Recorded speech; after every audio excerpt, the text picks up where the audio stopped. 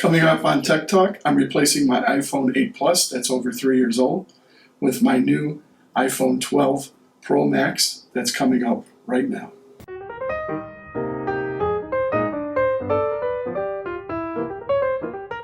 Do a real quick unboxing here. They've even made it easy for the outside packaging to come off. And the first thing you'll notice that it's a lot thinner and lighter than the old box. Partly because they eliminated all the accessories like a power charger and headphones or earphones. I do like that the front protector on the screen comes off easily. I like the finish, the flat finish. I got the blue. And of course it has the stainless steel sides. And the only thing you get in the box is the Lightning USB connector with, like I said, no thing to plug it into, and a little documentation, Apple sticker, and SIM card puller. And that's it. So let's compare the two. As soon as you get them in your hands, you can notice the 12's a little bit heavier. It's about 20 grams. It feels thicker, even though it's not much thicker, or it's about the same. And it's a little bit longer, and you definitely can tell that. But here's the thing. On my 8, I've had it over 3 years, so I'm able to do everything with my thumb.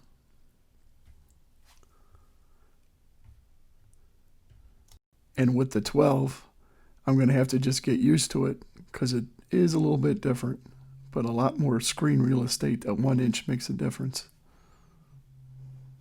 As you can see, I'm struggling looking for my home button.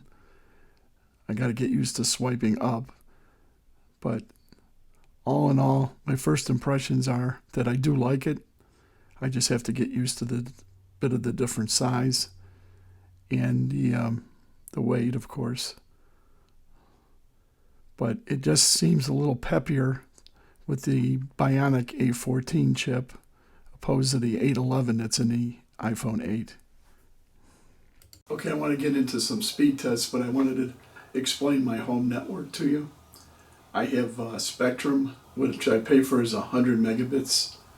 I pretty much get that on my wired connections like my iMac and my gaming Windows machine. I have really old Wi-Fi technology. I have 2 Apple time capsules that are linked together. I like them because they do back up all our Macs in the house. We've got 2 iMacs, we've got 2 laptops. I have Apple TVs and feeds all that stuff. I have no problems, I have no slowdowns or anything else. The other thing you'll see on these tests is that I'm not in a 5G area. 5G isn't turned on yet in the phone. We'll be comparing LTE speeds, even though it says that 5GE thing that everybody's saying around the country. And as everyone knows, 5G isn't in everywhere. I didn't buy this phone because of the 5G. I bought it because to make it a little bit more future-proof when 5G is pretty much universal. But I notice when we travel a lot of times that the hotels we stay at, especially if you stay up in the mountains or remote areas, their Wi-Fi is terrible, and I usually just stream from my phone if I need my laptop or something. So I figure it'll come in handy with 5G later on. Let's get on to the speed tests.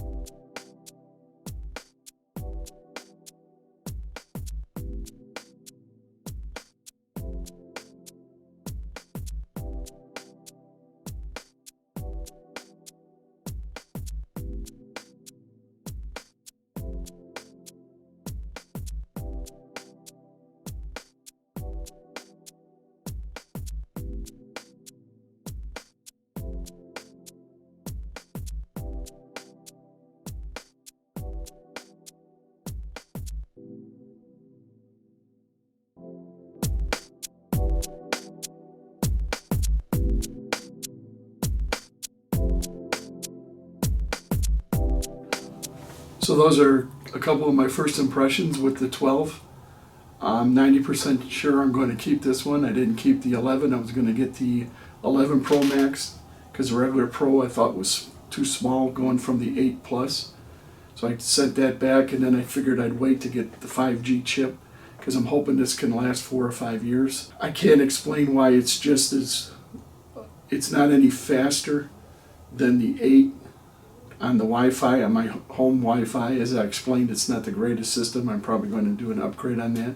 But I did run another test this morning, and it got about the same, got 45. So I'm not getting any speed performance there, but definitely over the LTE networks, it does jump way up. So I hope this helps if you're looking for them.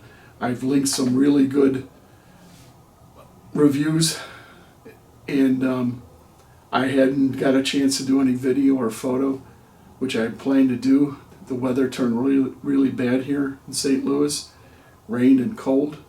So maybe next week I could get on the bike trail and do some more video and compare the two. Thanks for watching, and I'll talk to you in the next one.